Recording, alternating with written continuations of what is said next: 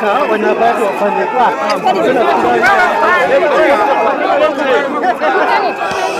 sawa. Acha tuweke mama sasa. Ngoja, tunatoka tunajipanga.